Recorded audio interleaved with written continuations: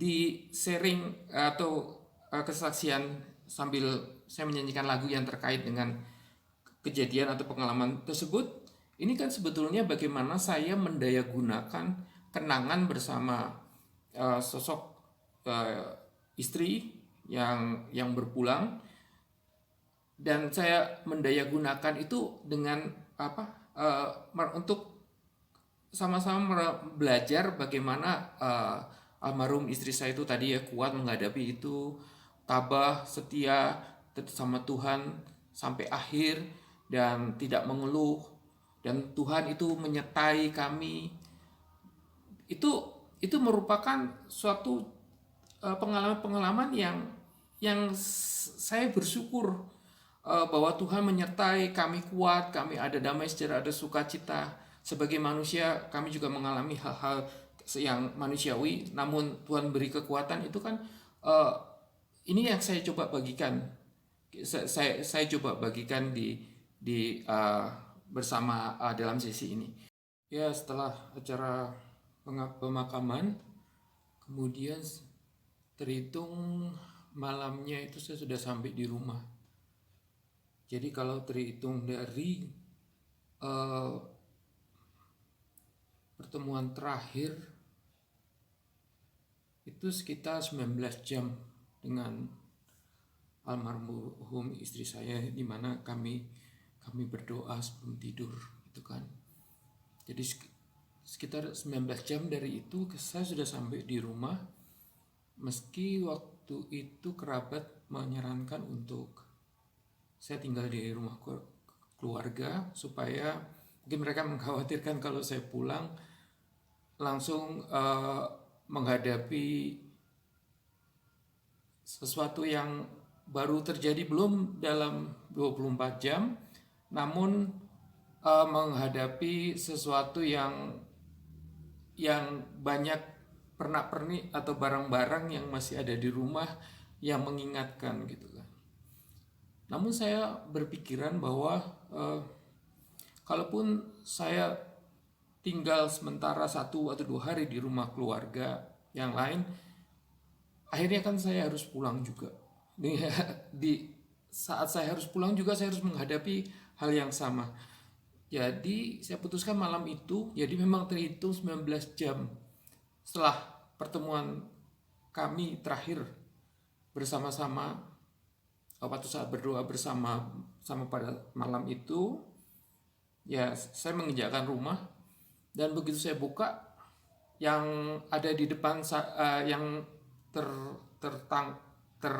terlihat itu adalah baju yang sering digunakan atau yang merupakan baju favoritnya. Bayangan saya langsung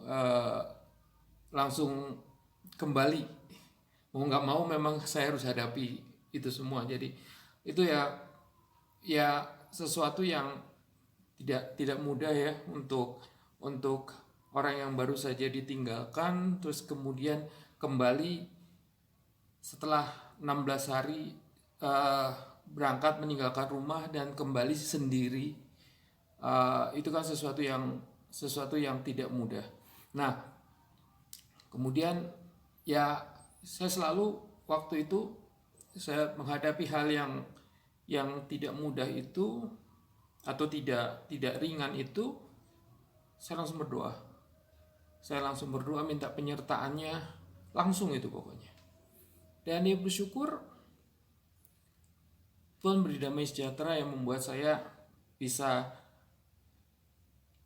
hadapi itu, meskipun dalam rentang mungkin 1-2 minggu saya harus menghadapi kenangan demi kenangan dengan rumah, dengan barang-barang yang ada di situ gitu kan. Termasuk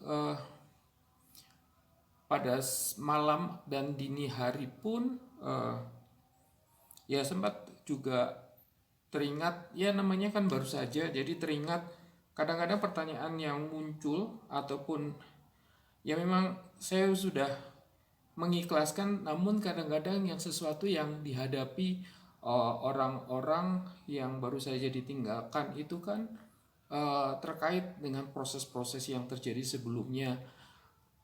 Kadang-kadang kan kita selalu ingin proses-prosesnya itu seideal mungkin gitu. Seideal mungkin sehingga kadang-kadang kita tanya, aduh kok melewati proses ini, kok proses ini, ataupun kok harusnya begini dan baiknya sebetulnya begini dan begitu gitu kan. Secara manusiawi kan kita kadang-kadang kan berpikiran seperti itu. Dan itu saya berdoa, dan dalam 1 sampai 2 minggu itu saya melakukan hubungan yang intens dengan Tuhan dalam doa. Apa yang menjadi pertanyaan, apa yang menjadi hal yang masuk dalam pikiran saya itu saya langsung doakan, meskipun saya tahu bahwa Tuhan tahu apa yang saya rasakan, apa yang saya pikirkan. Dan waktu itu saya bersyukur karena Tuhan menjawab. Tuhan bilang gini, setiap orang itu prosesnya itu berbeda-beda. Tuhan yang tahu cara memproses orang, dan Tuhan mengatakan begini, tenang, lihat akhirnya bagaimana hasilnya gitu. Bagaimana Tuhan memproses sehingga segala sesuatunya yang diproses Tuhan, meskipun kalau mau dibilang itu hal yang berat, atau kalau mau saya kasih ilustrasinya, saya teringat ada suatu quote ya. Quote itu mengatakan begini, tidak ada seorang pelaut ulung itu lahir tanpa dia harus mengalami pengalaman alam. Dalam hal ini misalkan badai membentuk suatu orang pelaut menjadi pelaut yang tangguh. Dan pada akhirnya Tuhan mengatakan bahwa jangan khawatir apa yang dilewati masing-masing orang, tiap orang bisa berbeda-beda. Namun lihat apakah penyertaan Tuhan, dan sampai akhir saat berpulang apakah itu berkenan kepada Tuhan. Dan dari situ itu membuat segala pertanyaan saya yang sempat berkecamuk itu kan biasanya kan kok mengapa kok prosesnya begini ya Tuhan, kok begini ya Tuhan gitu kan. Akhirnya semua langsung tidak relevan lagi gitu. Karena saya sadar bagaimana Tuhan membentuk masing-masing pribadi dengan caranya sendiri, dan Tuhan meyakinkan saya bahwa apa yang kami jalankan itu Tuhan menyertai, dan sampai almarhumah berpulang itu semua adalah perkenanan Tuhan. Itu yang terpenting bagi saya dan juga bagi almarhumah istri saya. Dan yang itu proses demi proses yang saya lihat. Nah, kadang-kadang begini, kita menghadapi proses yang tidak mudah atau tidak ringan itu, kadang-kadang kan ada yang mengambil respon yang negatif, artinya mengeluh, menggerutu, meninggalkan, melari dari kenyataan. Dan ada yang juga seperti yang ilustrasi pelaut itu, menghadapi badai dan mencari jalan untuk mengatasi badai atau gelombang tinggi di laut dan sebagainya, gelombang kehidupan dan sebagainya.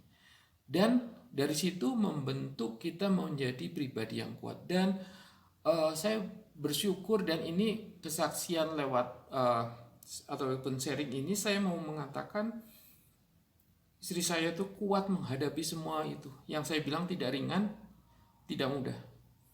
Istri saya itu kuat menghadapi itu, tabah, dan tidak ada sama sekali saya melihat dirinya itu mengeluh. Dan dia setia sampai akhir. Perkenanan Tuhan. Tapi Tuhan memanggil, dan perkenanan semua yang dilakukan itu berserah penuh mencari perkenanan Tuhan. Dan itu membuat saya juga belajar, dan saya sharing ini kita sama-sama belajar bahwa dengan kesaksian ataupun pengalaman istri saya yang sebetulnya yang saya ceritakan ini kan sebetulnya yang merasakan secara langsung kan istri saya. Jadi saya cuma bersama-sama yang melihat bagaimana istri saya itu bisa kuat menghadapi itu semua, dan bagaimana kami juga dikuatkan oleh Tuhan. Itu yang menjadi pesan yang ingin saya sampaikan, dan istri saya akan sampaikan lewat ke rekan-rekan. Jadi biarlah itu jadi berkat gitu, menginspirasi. Dan kalau kita memahami, bagi saya sendiri yang tidak langsung mengalaminya, meskipun dampak ataupun selama saya mendampingi kan saya juga merasakan pergumulan yang atau pengalaman atau hal yang tantangan yang harus dihadapi itu yang tidak ringan atau tidak mudah itu. Saya dikuatkan dengan hikmat Tuhan atau pencerahan dari Tuhan itu, bahwa kalau kita maknai itu sebagai dengan bijak, itu adalah proses demi proses yang kita hadapi, sama seperti ilustrasi pelaut untuk menjadi pelaut yang tangguh. Proses demi proses, tantangan demi tantangan yang keras itu, yang tidak ringan, tidak mudah itu, membuat kita terus bertumbuh ke arah pendewasaan atau semakin dewasa. Jadi kalau Anda mau baca ya di Alkitab, itu ada di Ibrani 5 ayat 13 sampai 14. Itu tentang ilustrasi bagaimana seorang dewasa dan seorang bayi. Seorang bayi itu yang makanannya yang lembut-lembut, susu dan sebagainya. Seorang dewasa makin bayi itu bertumbuh menjadi anak-anak, menjadi remaja, menjadi dewasa, mulai dia makan sesuatu yang dalam bentuk yang padat atau yang keras. Nah, itulah juga merupakan bagian hidup dari pertumbuhan kita. Semakin dewasa kita dihadapkan dengan tantangan yang keras ataupun makanan keras yang membentuk kita ke arah pendewasaan itu. Dan juga bisa baca juga di Efesus 4 ayat 13, ada juga di Yakobus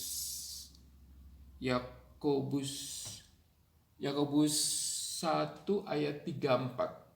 Bentar ya.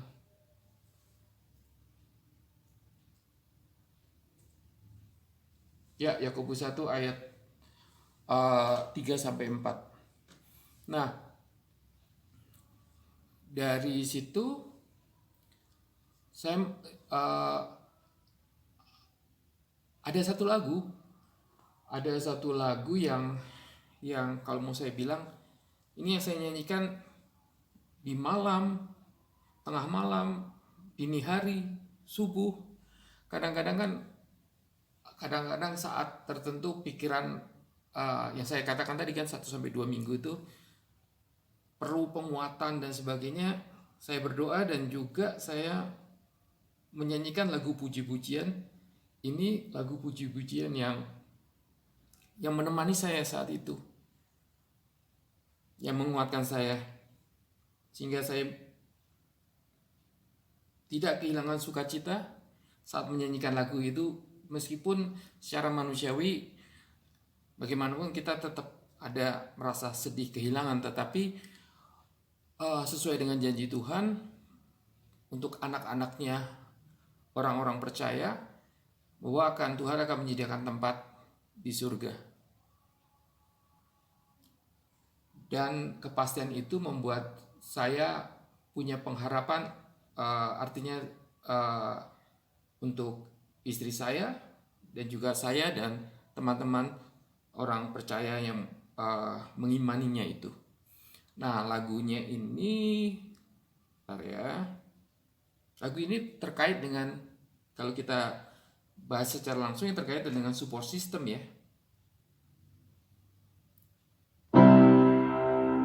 Bentar, saya lupa ininya.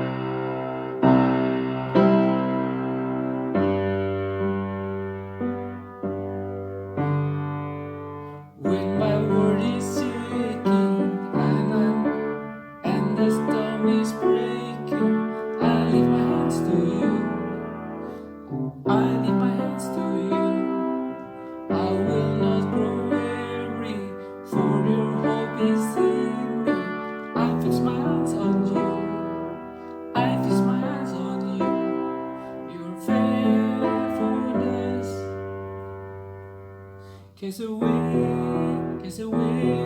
my fear.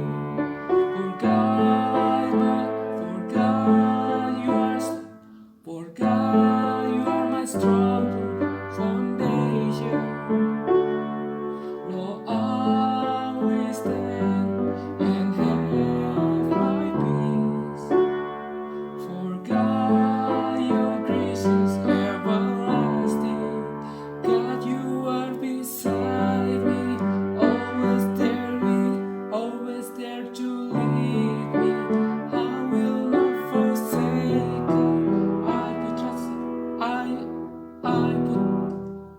I put my trust in you. Jesus, you are amazing. Glory is everlasting. I will sing forever. Lord, there is none like you. Lord, there is none like you.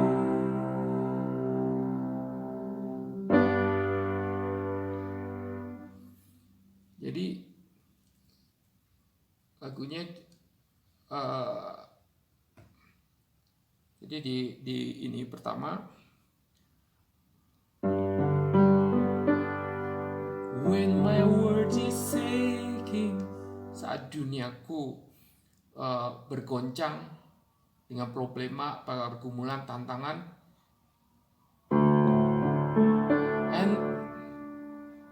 and the storm is breaking, ada badai, I lift my hands to you. I lift my hands to you. Saya mengangkat tangan, ini tanda berserah penuh pada Tuhan. Dan yang menguatkan saya juga nih, I will not grow weary, for your hope is in me. I fix my eyes on you. Jadi kita terus memandang pada Tuhan. I fix my eyes on you. Your faithfulness, kesetiaan Tuhan yang menyertai kita senantiasa. Cast away my fears, terbukti menyingkirkan, menghalau segala ketakutanku. For God, you are my strong foundation. Karena Tuhan itu landasan kekuatan dalam hidupku. No, I will stand. Seperti malam itu, saya tetap masih bisa berdiri teguh karena Tuhan. And have my peace, dan mempunyai damai sejahtera. For God, your grace is everlasting.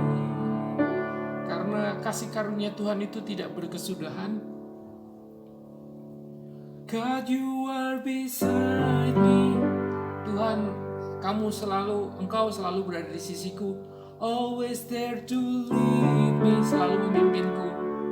I will not be shaken. Saya tidak bisa tergoncang. I put my trust in you.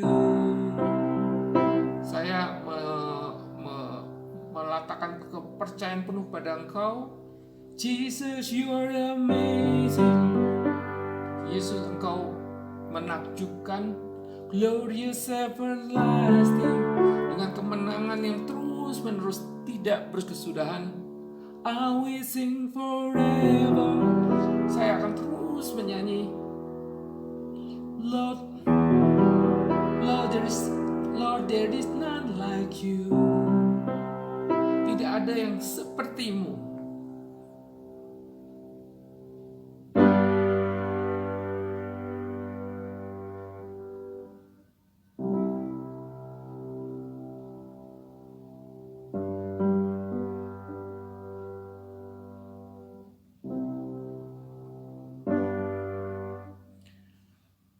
Begitulah, itu pengalaman yang nyata. Jadi saya dalam kondisi apapun, saya berdoa, Tuhan, saya udah ngomong, terus kemudian saya menyanyikan puji-puji, dan salah satu lagu ini yang menguatkan saya saat itu. Mungkin lagu ini saya nyanyikan mungkin sekitar sebulanan. karena penyertaan Tuhan. eh, ke- itu kan lagu itu kan merupakan sesuatu yang juga menguatkan kita, dan sekaligus kita dalam hubungan kita dengan Tuhan. Namanya kan saya tadi, kalau orang bilang lagu puji-pujian itu memuji, itu memuji Tuhan, makanya disebutkan lagu puji-pujian. Atau kadang ada bahasa Inggris menyebutnya juga lagu penyembahan atau worship. Worshipnya itu ya ke Tuhan gitu. Nah, tentang dari lagu itu saya juga dari pengalaman itu kemudian saya juga belajar bagaimana juga kita sebagai orang yang mungkin rekan-rekan atau teman-teman lain juga pengalaman sama, tinggal orang yang dicintai, dan kemudian eh, ada beberapa dua hal yang menurut saya itu juga jadi satu hikmat bagi saya, eh, yang saya akan coba bagikan di sini. Jadi yang pertama, bahwa yang mungkin yang sempat saya singgung pada saat saya mendapatkan kabar bahwa kepastian, dan juga saya menyerahkan itu sebagai otoritas Tuhan terhadap uh, segala sesuatunya, sehingga saya ikhlas. Nah, ikhlas itu penting ya. Kadang-kadang kadang-kadang yang meninggalkan kita tuh, yang berpulang itu, namun kita sendiri kadang-kadang tidak ikhlas. Padahal mereka juga ingin kita melepas dengan ikhlas. Artinya gini, ikhlas itu maksudnya, melepas dengan ikhlas itu maksudnya kita tidak larut dalam kesedihan. Kesedihan tapi jangan tenggelam. Beda ya, antara larut dalam merasa kesedihan tapi bukan tenggelam. Atau kalau bahasa Inggrisnya mungkin get overwhelmed. Get overwhelmed itu kayak apa ya, udah dikuasai oleh kesedihan yang begitu. Makanya saya katakan tadi kan tenggelam dalam kesedihan. Jangan sampai seperti itu juga. Karena kenapa kita ikhlas ya, karena otoritas Tuhan itu atas hidup kita itu, ke masing-masing atas hidup kita itu ya jelas. Dan kita, kalau itu otoritas Tuhan itu sudah ada, ya kita serahkan sama Tuhan, Sang Pencipta, Sang Pemegang kehidupan. Itu satu. Terus yang kedua, kadang-kadang kalau misalkan kita entah masih belum ikhlas, atau masih sedih yang berkepanjangan, ya saya tidak tahu ya, setelah tidak sedih yang berkepanjangan itu, sehingga kadang-kadang berusaha untuk menghindari kalau mengingat sesuatu tentang sosok yang berpulang, sehingga pokoknya menghindari, menjauhi, pokoknya jangan sampai ingat lah. Saya cuma mau mengatakan di sisi lain ya, atau cara pandang lain ya. Cara pandang lain itu begini. Sebetulnya saat Tuhan panggil, itu kita menutup kitab kehidupan kita di dunia ini, berarti range kehidupan antara dari lahir sampai meninggal itu adalah kenangan, atau adalah sesuatu perjalanan hidup yang harus kita rayakan. Kita rayakan itu maksud saya gini ya, kita raya itu kan jangan berpikir pesta pora ataupun sesuatu yang histeria kayak merayakan itu. Maksud saya bukan secara harafiah seperti itu. Namun merayakan itu artinya gini, kita mendayagunakan pengalaman-pengalaman hidup, kenangan-kenangan hidup, perjalanan dari sosok yang kita cintai yang berpulang itu, sebagai ucapan syukur keberadaan mereka terhadap kita, dan kebersamaan kita bersama-sama dengan mereka atau sosok yang meninggalkan kita. Sehingga dari situ kita saya menggunakan istilah mendayagunakan. Dari situ kita akan ambil apa ya, bisa banyak ambil inspirasi ataupun pelajaran, hikmat dan sebagainya. Makanya sebetulnya di sharing atau kesaksian sambil saya menyanyikan lagu yang terkait dengan kejadian atau pengalaman tersebut, ini kan sebetulnya bagaimana saya mendayagunakan kenangan bersama sosok istri yang berpulang, dan saya mendayagunakan itu dengan untuk sama-sama belajar bagaimana almarhum istri saya itu tadi ya kuat menghadapi itu, tabah, setia sama Tuhan sampai akhir dan tidak mengeluh, dan Tuhan itu menyertai kami. Itu merupakan suatu pengalaman-pengalaman yang saya bersyukur bahwa Tuhan menyertai kami, kuat, kami ada damai sejahtera, ada sukacita. Sebagai manusia kami juga mengalami hal-hal yang manusiawi, namun Tuhan beri kekuatan. Itu kan ini yang saya coba bagikan. Saya coba bagikan di bersama dalam sesi ini.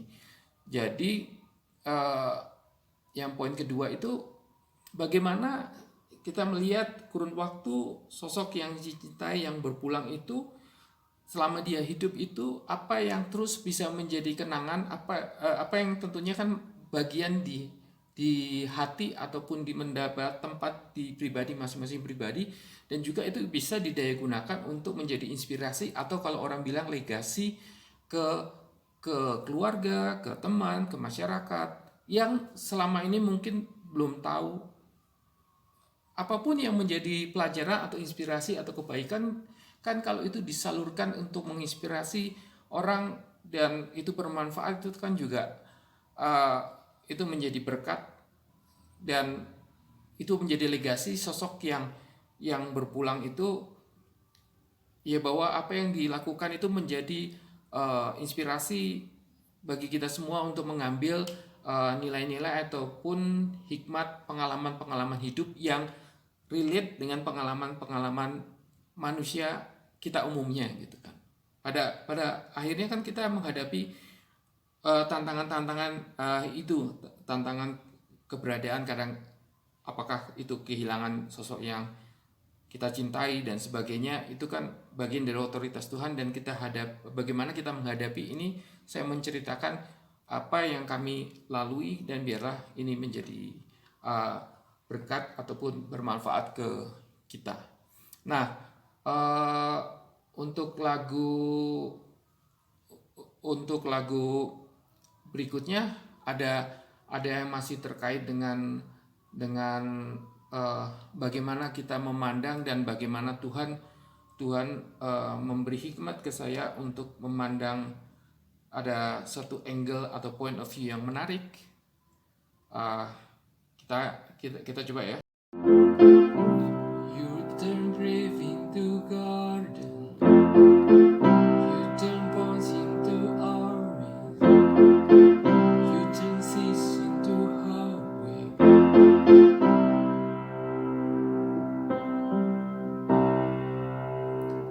Ini terkait dengan, kalau lihat lagunya memang saya ambil potongan yang cukup singkat untuk kata-kata ini. Sorry.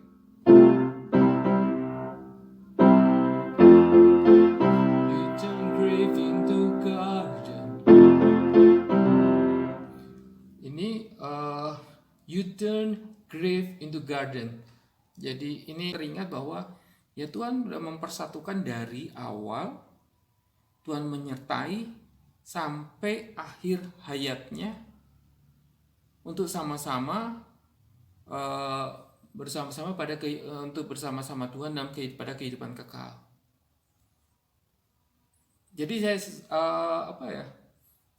itu kan kayak menjadi refleksi yang tadi kehidupannya yang saya bilang tadi, kehidupan di dunia itu yang singkat, tapi kadang kan kita nggak pernah memikirkan bahwa sesuatu yang dulu ternyata ada relasinya dengan sekarang, Dan itulah Tuhan. Tuhan itu punya, itulah kekuasaannya, sehingga Tuhan punya rencana dari awal sampai akhirnya, dan semua baru kita melihat itu satu potret yang lengkap setelah kita melihat dari sisi akhir, dan kita mulai kembali melihat melihat dari perjalanan dari kehidupan itu.